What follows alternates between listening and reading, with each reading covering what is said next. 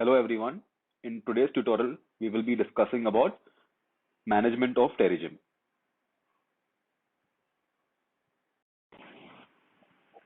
So when we come to managing or terrorism, there are two types of management. Firstly, you have a conservative management and second is surgical management. So let's start with the conservative management of terrorism. So firstly, if the patient is asymptomatic and the patient has a very small terrorism, then it can be left alone and no intervention is required in such patients.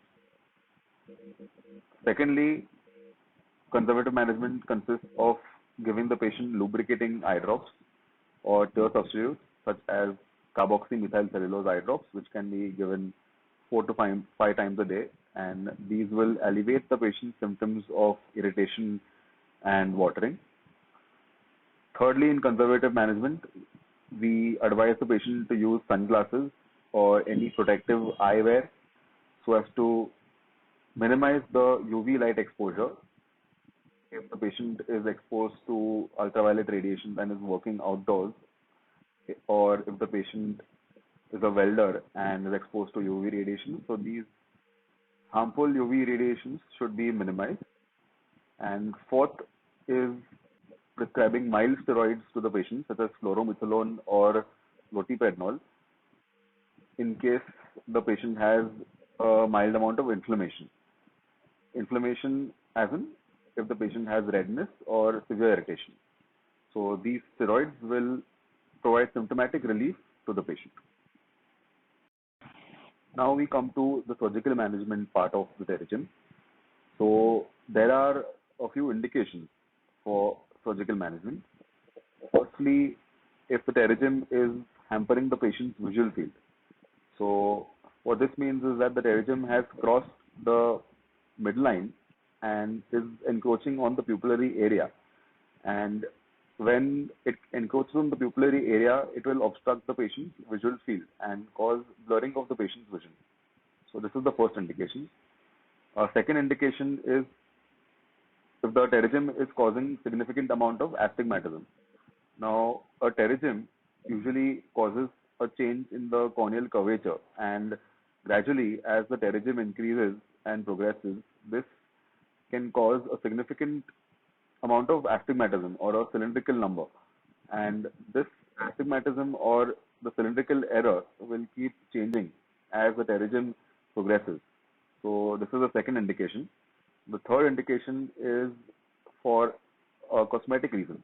Now, a terrorism in a very young individual will cause cosmetic problems, and the patient might come to you and request for a surgery for removal of terrorism.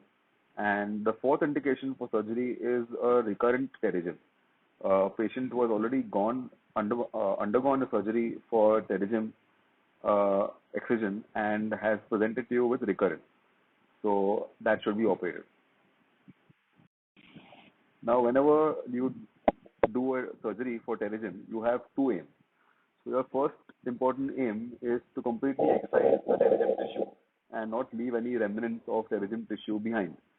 And the second aim of a surgery is to prevent recurrence. So you advocate the best possible surgical method and which should minimize recurrence and prevent the patient from undergoing a second surgical procedure.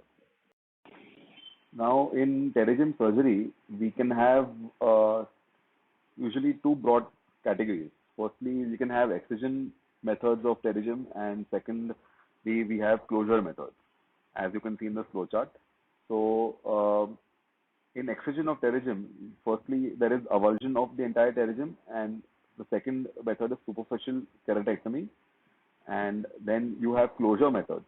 Now, in closure methods, firstly, you have a bare sclera technique. The second technique is simple conjunctival closure, which is also known as a sliding graft. The third technique is conjunctival autografts or conjunctival limbal autografts. And the fourth method is your adjunctive methods, such as amniotic membrane grafting, postoperative beta irradiation, mitomycin C, etc. Now we will be talking about all of these methods in detail in the subsequent slides. Now, this is a small diagrammatic illustration of the surgical techniques. Uh, in the first picture above, you can see there is a pterygium tissue in the medial limbus. Uh, Now, below in the first diagram, we have the bare sclera technique. Now, in this bare sclera technique, the pterygium tissue is completely excised from the medial limbus, and the entire excised area of the sclera is left bare without any graft or closure in that area. And that is why, since the sclera is left as it is known as a bare sclera technique. Our second illustration shows a conjunctival autograft. So in this technique, the pterygium tissue in the medial limbus is completely excised. And after this, a conjunctival graft is harvested from the superior area of the conjunctiva, and this conjunctival graft is then placed at the excised area of the pterygium, and it is placed over there. So this is a brief diagram of these two methods. And the third method is a mini graft, in which this is mainly used for very small pterygium tissues. It is also similar to the conjunctival autograft, and the pterygium tissue is excised, and a very small sized conjunctival autograft is used and placed at the excised area of the pterygium.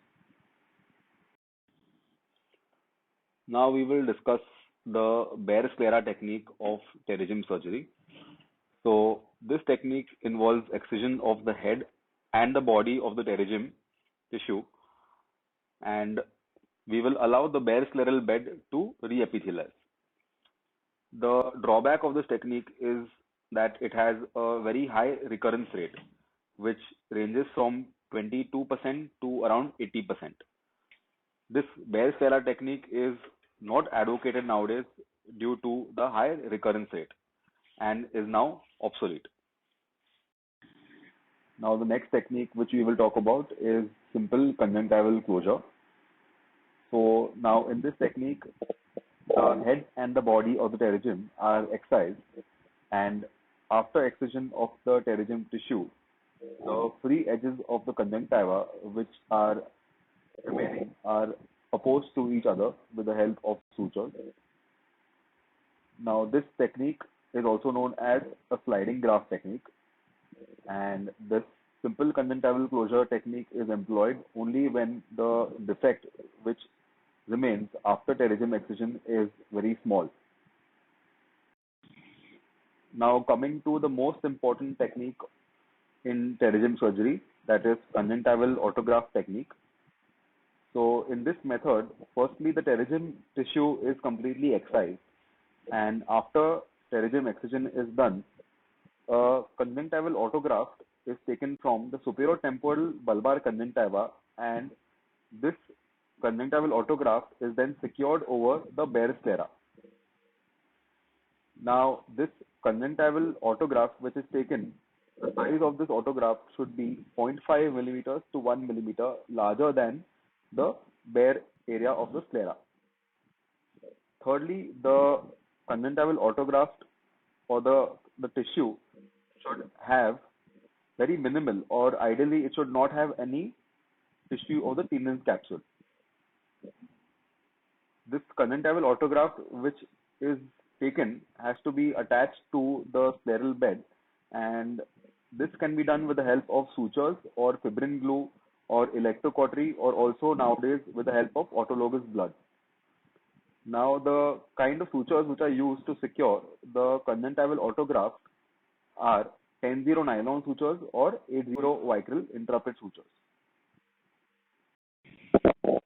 Now, one of the most modern techniques of conjunctival autografting involves using fibrin glue to attach the conjunctival autograft to the scleral bed.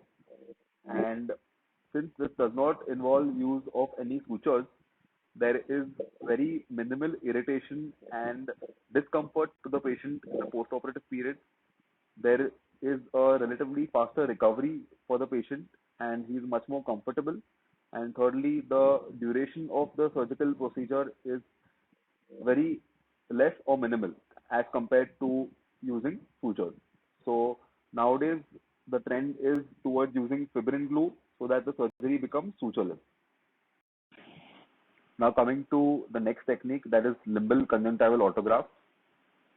So this technique is a slight modification of the conjunctival autografting technique. This technique involves including the limbal stem cells in the conjunctival autograft. Now these limbal stem cells act as a barrier to the conjunctival cells which migrate onto the corneal surface.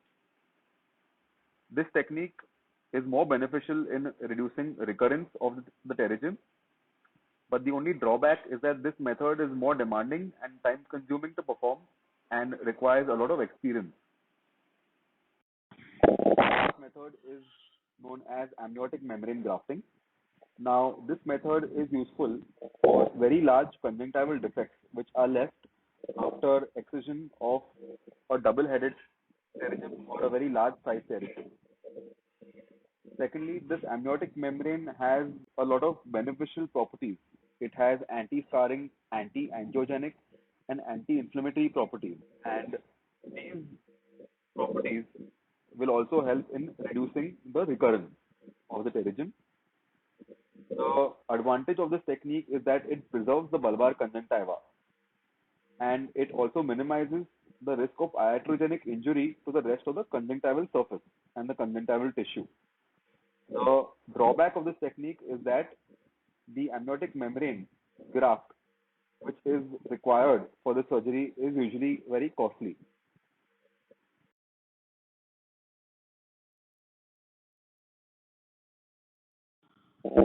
So now coming to the adjunctive therapies for management of pterygium.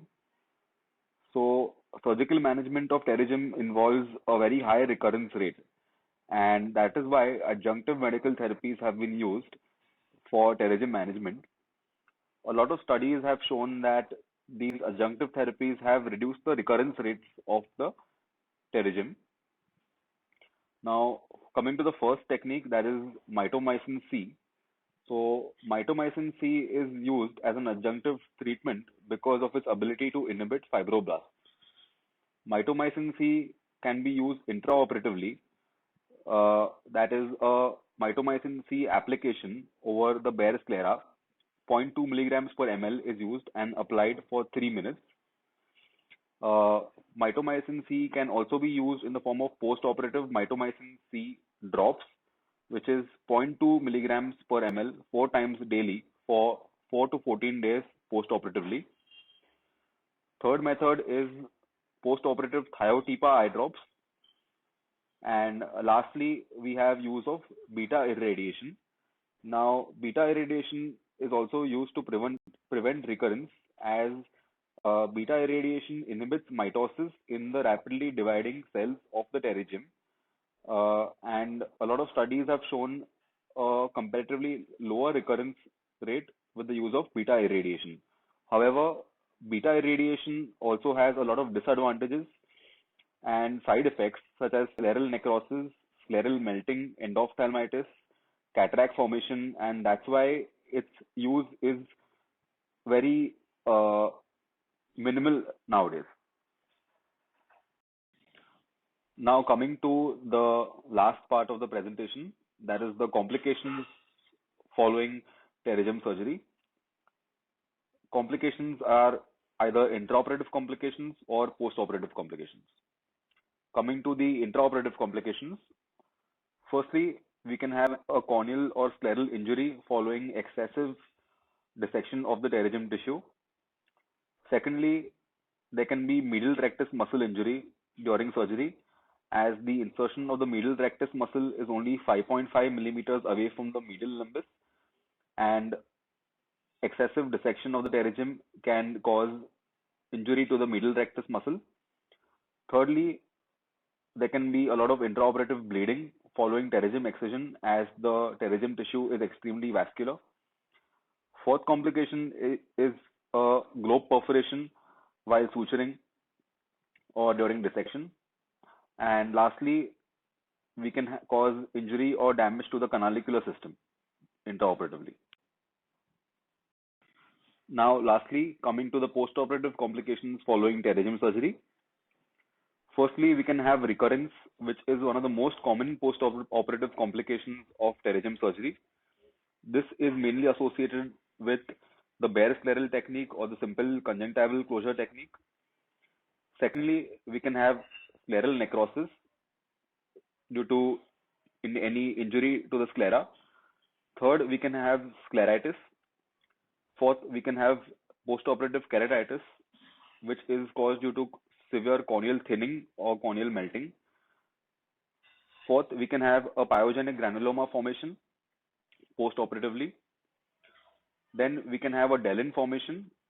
And lastly, it can lead to persistent epithelial defects postoperatively if there is excessive corneal thinning or any damage to the cornea.